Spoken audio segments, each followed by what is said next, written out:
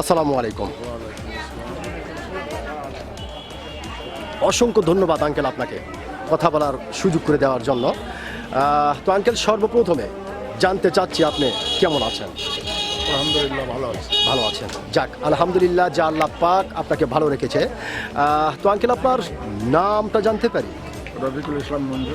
রফিকুল ইসলাম মঞ্জু, সুন্দর একটি নাম আপনার, অত্যন্ত চমৎকার একটি নাম আপনার। তবে একটি কথা বলতে আমি বাধ্য হচ্ছি, সেটা হচ্ছে আপনার নাম শুনে এবং আপনাকে সামনাসামনি দেখে যেটা বোঝা যাচ্ছে আপনি প্রচণ্ড একটি সাহসী মানুষ।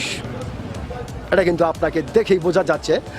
তো আঙ্কেল, যেহেতু আপনি বাংলাদেশের একজন সচেতন নাগরিক এবং বাংলাদেশের একজন সাহসী মানুষ, সেই ক্ষেত্রে এই বিষয়টি আপনার কাছ থেকে জানতে চাচ্ছি যে আমাদের বাংলাদেশে একটি নির্বাচন হতে চলেছে এবং এই নির্বাচনকে ঘিরে বাংলাদেশের বিভিন্ন ধরনের মানুষ বিভিন্ন ধরনের কথা বলছে।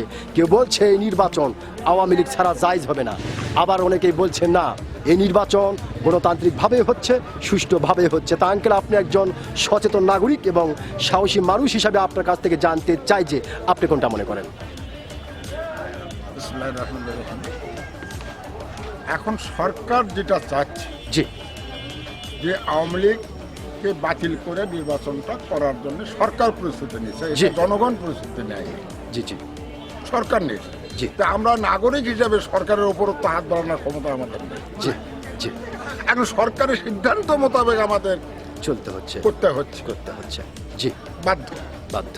এবং সরকার যে রাষ্ট্রে বসবাস করতে, সরকার আইন মেনেই চলতে হবে। জি জি সেই হিসাবে আইন মোতাবেক সে নির্বাচন দিয়েছে। হ্যাঁ, হ্যাঁ। এখন সেই নির্বাচনে এখন আমার কেন ভোট যদি আমরা দেশের মতো নাও দিতে পারি, কিন্তু দিবে, হ্যাঁ। হয়তো কতগুলো নাও দিতে পারে, কতগুলো দিবে, দিবে, হ্যাঁ। তাহলে ভোট বন্ধ করা যাবে না। ওকে। সেই হিসাবে এখন সরকার আর একটা পদ্ধতি করেছে যে হার না ভোটের একটা পদ্ধতি জি জি তৈরি করেছে। জি। এখন সে জনগণ যারা বুঝতে পারবে হ্যাঁ ভোট দিলে কি হবে আর না ভোট দিলে কি হবে, হ্যাঁ, জি। এটা যদি জনগণ বুঝা নিয়ে যদি ভোট দিতে পারে, হ্যাঁ। সেটা তাদের ইচ্ছা মতো হ্যাঁ ভোট দিতে পারে, না ভোটও তো দিতে পারে। জি, এটা হলো মূল আগে এটা। মূল আগে। জি তারপরে আপনার আসতেছে হলো প্রার্থী হিসাবে। জি। প্রার্থী যার যেটা মনে চাবে হয়তো সেখানে তারা ভোট দেবে। ভোট দিবে। আমি বিএনপি করি, আমি বিএনপি ছাড়া তো আমি জামাতকে ভোট দেবো। জি না। ওকে।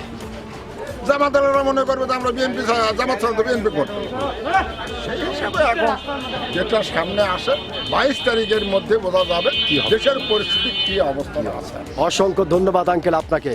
অত্যন্ত গুরুত্বপূর্ণ বেশ কয়েকটি কথা আপনি বলেছেন এবং অত্যন্ত সাহসিকতার সহিত বলেছেন। আমি আশা করব আপনার এই গুরুত্বপূর্ণ কথাটি ও সাহসী কথাটি বাংলাদেশের অনেক মানুষের হৃদয়ে জায়গা করে নেবে। অসংখ্য ধন্যবাদ আপনাকে। আসসালামু আলাইকুম।